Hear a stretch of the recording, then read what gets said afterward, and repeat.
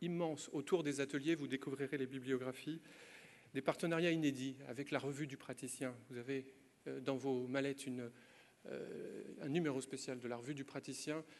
Certaines sessions du congrès seront filmées et seront retransmises sur le site internet de la revue du praticien. C'est une première que de diffuser ainsi au-delà du cercle des soins palliatifs plus largement les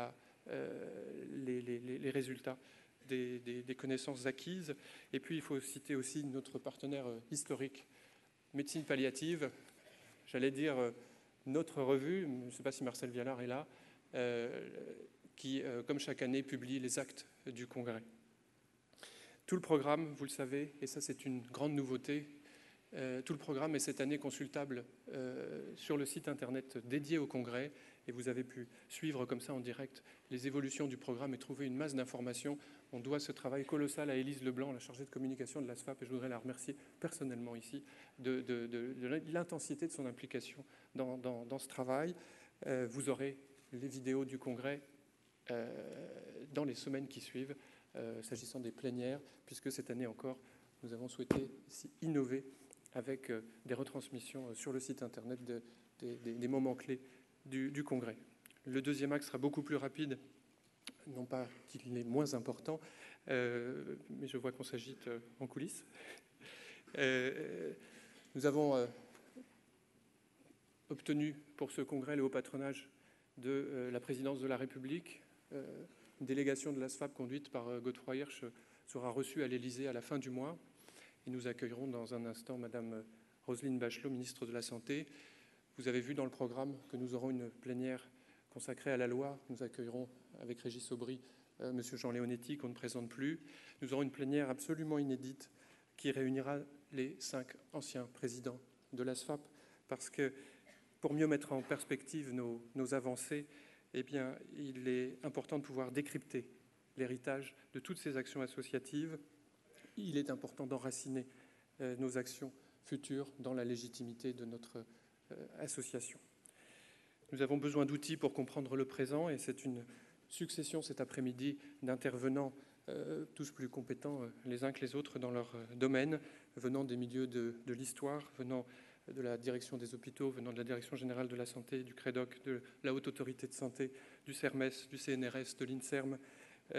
Vous découvrirez tout cela. Nous accueillons aussi l'ouverture sur la dimension européenne des évolutions législatives autour de la fin de vie, avec des intervenants venus d'Angleterre, Mike Richards, qui s'occupe de l'équivalent du plan cancer ou du plan soins palliatifs en Angleterre, Madame Dobschi, qui nous parlera de l'évolution législative en Belgique. Et je conclurai donc sur notre troisième axe, qui, communiquer sur l'existant, il était important, bien sûr, pour nous, de faire connaître les soins palliatifs au-delà du congrès, et un travail vraiment exceptionnel a été réalisé en partenariat avec la Fondation de France. Vous avez dû voir dans vos journaux, à la radio, à la télévision, la semaine dernière, un certain nombre de papiers consacrés à un grand sondage que la Fondation de France a réalisé en partenariat avec l'ASFAP. Pour la première fois, on communique sur les soins palliatifs de façon positive.